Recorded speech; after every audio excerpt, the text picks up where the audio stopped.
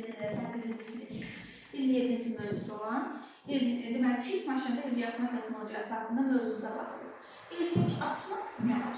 İlk açma tikiş maşınında bu texniki keyfiyyətlərinin və tikiş maşınının üstünlüklərini əlaqəlidir. Bu testə düşəcək. Eyni zamanda adi zigzag şəkilli tikiş.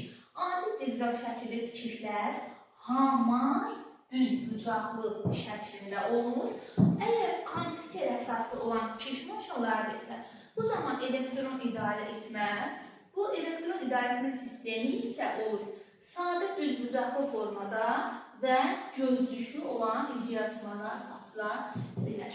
Aydındır müəllimlər, indi olur avtomat, yarım avtomat əmrlə yerinə yetirilir. Yadda necə saxlayaq biz bunu?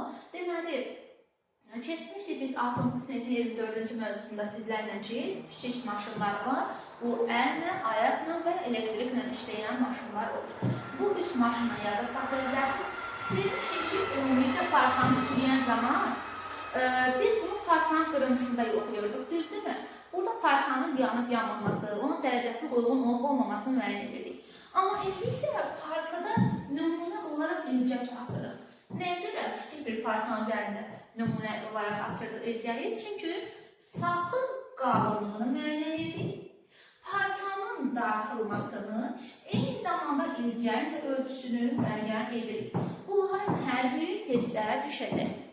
Ardıcılığı, bu ardıcılıq da çox asan, qısa versiyada yadda saxlaya bilərsiniz. Belə ki, bunu yadda saxlayırsınız nə ilə? Deməli, bizim şalvarlarımız özü görürsünüz tək qatlı, amma şalvarın bel, yəni düymə taxılan yeri bu iki qatdan ibarətdir. Belə ki, həmin o nahiyəni uzunu boyu olmaqla ikiyə qatlamaq lazımdır. Həmin ikiyə qatladığımızın tam aydın şəkildə qalmasını istəyiriksə, deməli, yapışqandan, yəni ara qat yerləşdirilir. Ara qat yerləşdirdikdən sonra təbii pəncəyə yerləşdirilir, yəni tikiş maşına yerləşdirilir ki, bu da uzunu 1 mm, eni isə 2 mm olmaqla tikiş tikiləcək. Sonra isə sol vəziyyət, indi bulanı açar sözünü göstərəcəm, sol vəziyyət. Sonra isə orta vəziyyət, dediyim kimi şalvarın düymə hissəsindən söhbət gedir, düyməni taxıla biləcək hissəsi. Sol vəziyyət, orta vəziyyət, sonra gəldi yenə sağ vəziyyət, sağdan da sonra gəldi diski tamamlama.